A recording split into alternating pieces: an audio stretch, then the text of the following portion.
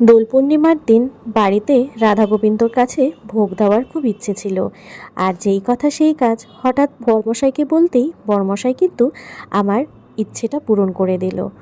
সে কিন্তু নিজের হাতেই সব বাজার করে এনেছে। এখন বলল যে তুমি এই সবজিগুলো আমান্য করে দাও, আমি আজকে রান্নার দায়িত্বটা নিলাম। কদিন ধরে আমার শরীরটা খুব একটা ভালো যাচ্ছিল না, তাই কিন্তু আমাকে দিয়ে সে আর বেশি কিছু খাটায়নি। বলল তুমি বসে বসে আমাকে সবজিগুলো আমান্য করে দাও, ঘরে ঠাকুরের জিনিসপত্র যেগুলো আছে সেগুলো সব গুছিয়ে ফেলো, রান্নার দায়িত্বটা আজকে আমিই নিচ্ছি। আর এই যে 5 রকম ভাজা কিন্তু সে ভেজে নিয়েছে, এবার কিন্তু পাঁচমিশালি সবজিটা সে রান্না করছে। আর আমার কিন্তু ভীষণ ভালো লাগছিল, কেননা 1 বছর তোমরা তো জানোই অসুজের কারণে ঠাকুরের সামনে সেরকমভাবে কোনো ভোগ নিবেদন করতে পারিনি।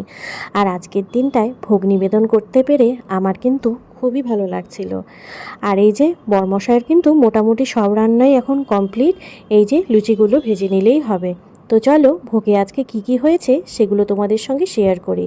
এখানে ছিল খিচুড়ি, তারপরে ছিল লাবড়া তরকারি, ছিল 5 রকম ভাজা, আর এই দেখো এখানে ছিল ফল আমান্য করা, তারপরে ছিল চাটনি, সুজি, লুচি, দই, মিষ্টি ইত্যাদি। এখন কিন্তু আস্তে আস্তে ঠাকুরের সব ভোগগুলো সাজানো হবে। একটা মালসার মধ্যে মা কালীর জন্য ভোগ করা হয়েছে, বাদবাকিগুলোতে কিন্তু রাধা মাধব এবং লক্ষ্মীর জন্য।